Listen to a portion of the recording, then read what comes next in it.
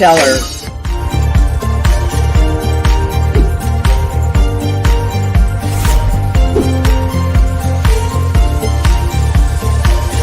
I thank everybody that's involved with this process, because we know writers need readers and writers need publishers.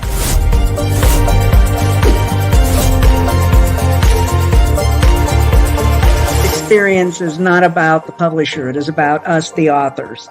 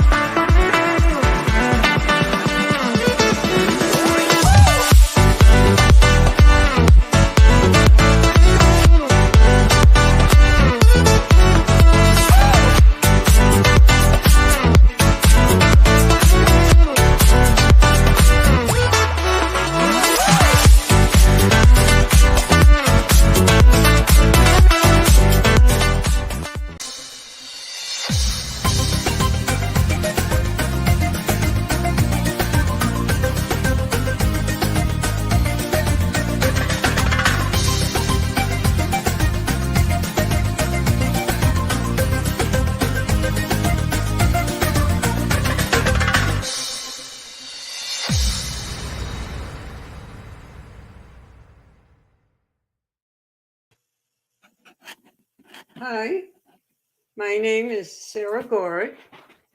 I'm going to be 85 in March. Some people think that's old, but I tell all my friends, old age is always 15 years older than you are. That way we never get old. I live in Indian Harbor Beach, Florida. I grew up in Norwich, Connecticut, and lived in many states. In every state I've lived in, I taught either third or fourth grade. Mainly because my favorite teacher was my third and fourth grade teacher. I went to just a school with only two rooms, first and second in one half and third and fourth in the other. Anyway, I've lived in Colorado. My husband was drafted in the Army at Fort Carson. And I lived in Plantation, Florida, Northborough, Massachusetts, Pepperell, Massachusetts, Cambridge, Massachusetts. And my husband and I, we spent 20 summers in Boston. We weren't snowbirds, we were sunbirds. In the year 2000, I lived in Amman, Jordan.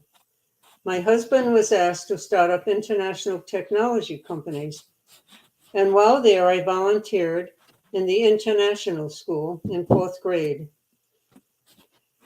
There were about 24 students in the class, and only two were from the United States. And you'd never guess what two states, Alabama and Vermont. And it was an interesting experience living in the Middle East. I ate more lamb than I ever have in my whole life because sheep are everywhere. And I walked every day around town. And what was really weird, I had a map of Amman, Jordan, with all the street names. But when you walked around, not one street had a name on it. It was very strange. And while I was there, I had a cancer in my eyebrow and I had to go to a doctor. And we didn't have a car, so I had to take a cab. And a lot of them didn't speak English. So I had to learn 3 words in Arabic. Lef yamin, lef yasa, dugri. Turn left, turn right, straight ahead. And actually it worked. I got to the doctor's office. Anyway, the book I wrote about is called Bing. And why did I write the book? One day I was walking in my neighborhood and I happened to see these ducks. They were little babies born on the top of a roof. And one of the ducks seemed like something was wrong with him. I couldn't figure it out. So I thought, why don't I write a children's book about it? So I did. I wouldn't have written it if my daughter, Nancy, hadn't agreed to do the illustrations because she's a lot better than me. So and another thing I was going to mention, when I was in Amman, the cats were not allowed. No one could own a cat. I don't know why, they'd like bad. Anyway, my favorite cat was Moses. He was when I lived in Pepperell, Mass. There was a stray cat who was pregnant, and he had a litter of 5 kittens in the bushes, and they were all cute, but Moses was the cutest. That's why I named him Moses, because he was born in the bushes. And he was the smartest cat I've ever had. And I have 3 reasons why. At 7 in the morning and 7 at night, I'd say, Moses, it's time for your shot. He would come sit on the kitchen floor and let me give him a shot. And one time, my daughter Susan came with her 2 cats, and I had Moses, I had Figaro, a Siamese cat. And if we put them on a styrofoam foam in the pool, if they fell off, could they swim and get out? Well, both Susan's cats did fall in, and they did manage to swim out. Figaro, my Siamese cat, did the same. Moses stayed on the float until the breeze blew him to the edge and never got wet. Anyway, so who should read the book? I've got 3 different ones. First, young children who love animal stories, parents who are looking for books with good values for kids, and teachers who are seeking good reading material for their class. And one day, one day I went to one of our local schools in 3rd grade, and I read the book Bing. And I couldn't believe it. When I finished reading the book, one student raised their hand and said, would you mind reading it again? I thought, wow, that was great. Anyway, the book is about a young child who loves, it's about how an injured baby duck is found by a young boy and how they end up becoming good friends forever. And it's perfect for children to see how the boy's caring, gentle treatment of Bing actually worked. And one of the benefits is it helps children understand why it is essential to be kind and helpful to others. So I will now read the book. I hope, I don't know if the page is big enough to show everything. See, one sunny day in early spring, as I climbed out of bed, I saw beyond my bedroom window a duck. This is land on our shed. Oh. The next day, so where can I show the picture? Oh. The next day, while I was watching her, she was carefully building a nest. She carried twigs throughout the day before she stopped to rest. I climbed up the oak tree by the shed to get a better view. When I was high enough, I said, aha, now I see you. The duck stood up at the edge of the roof, perched on her 2 thin legs, and then I could see in the nest she laid 5 precious little eggs. The very next night, as I suddenly woke up to rain, lightning, and thunder, was the mother duck and her 5 eggs safe?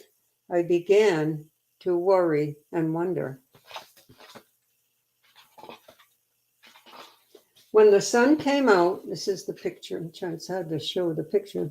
When the sun came out the following day, I glanced outside my window. I saw on the lawn a tiny baby duck suffering from a broken toe. I quickly ran outside my house to get a closer look. I realized immediately a fall from the roof he took. There he is.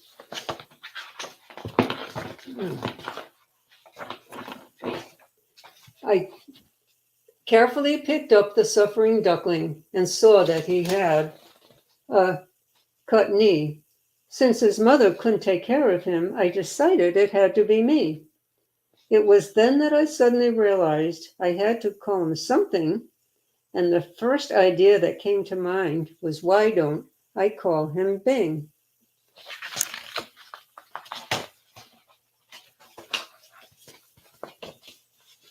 Every day I cared for Bing as his bruises began to mend.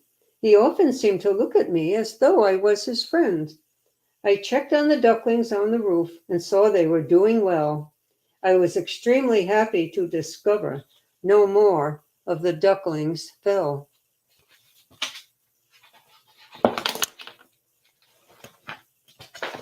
This is the next page. The mother duck seemed very concerned about her missing baby. I was happy to be able to convince her what a good duck doctor I could be. So I carried Bing out in his own shoebox so Mother Duck would know that her baby Bing still suffered from a very hurt knee and toe. I convinced Bing's very caring mother that I would set Bing free. As soon as he was healed and well, I would set him out under the tree.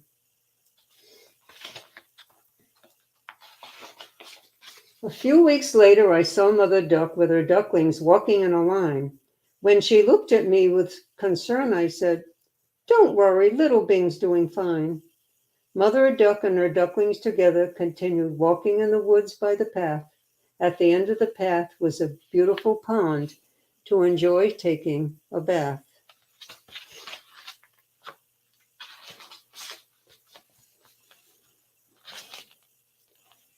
I took baby Bing down the forest path when his toe and knee were healed. As soon as he saw his family, he was so happy he squealed.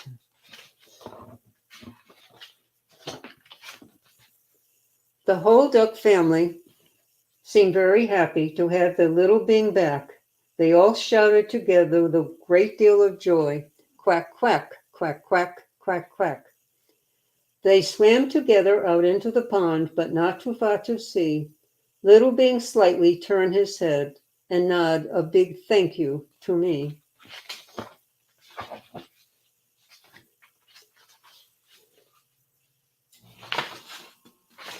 The very next year, there they are, in the following spring, I ran down the path, walked down the path I took. I wondered if I would see any ducks, so I decided to take a good look. I saw some ducklings swimming a distance away, but one wasn't out as far, when all of a sudden he swam up to me, and I noticed on his toe was a scar.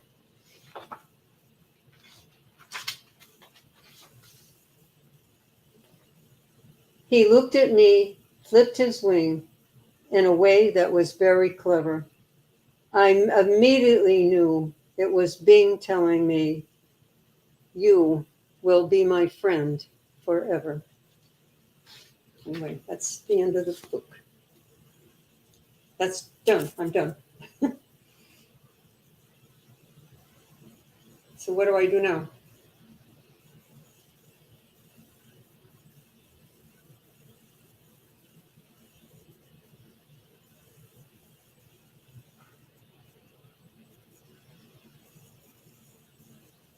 Am I done?